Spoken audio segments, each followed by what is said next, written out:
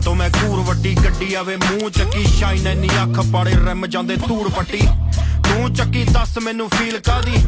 ਕੰਮ ਤੇਰਾ ਤੜਕੇ ਨੂੰ ਰੀਲ ਪਾਤੀ ਕੰਮ ਸਾਡਾ ਉੱਠਦੇ ਹੀ ਨਵੀਂ ਕੋਈ ਡੀਲ ਪਾਤੀ ਵੈਰੀਆਂ ਨੂੰ ਗਾਲ ਜਵੇ ਕੁੱਤਿਆਂ ਨੂੰ ਨੀਲ ਪਾਤੀ ਵੇਲ ਕਿੱਥੇ ਖੜੇ ਸਾਡੀ ਗੱਡੀਆਂ 'ਚ ਤੇਲ ਕਿੱਥੇ ਆਉਂਦੀ ਮਰਸੈਡੀ ਦਾ ਟੈਂਪੂਆਂ ਨਾਲ ਮੇਲ ਕਿੱਥੇ ਰਿਸਕ ਤੇ ਲਾਈਫ ਸਾਡੀ ਹੈਡ ਨਾ ਕੋਈ ਟੇਲ ਇੱਥੇ ਮੌਤ ਨਾਲ ਰਹਿਣਾ ਸਾਨੂੰ ਡਰਾਵੇ ਜੇਲ੍ਹ ਕਿੱਥੇ ਕੱਢੀ ਫਿਰੇ ਹੈਡਲਾਈਟ ਏਅਰ ਇਨਟੇਕ ਲਈ ਖੁੱਲਦੀ ਨਾ ਬਾਰੀਏ ਦੀ ਬੰਦੇ ਕਿਸੇ ਫੇਕ ਲਈ ਕੰਡ ਬੜੀ ਲੜੇ ਫਿਰ ਮੂਹਰੇ ਨਾ ਕੋਈ ਖੜੇ ਆਉਂਦੀ ਗੱਡੀ ਮਿੱਤਰਾਂ ਦੀ ਜਿਹਨੇ ਦੂਰੋਂ ਦੇਖ ਲਈ ਸੇਕ ਲਈ ਰੱਖਿਆ ਏ ਪਿਸਟਲ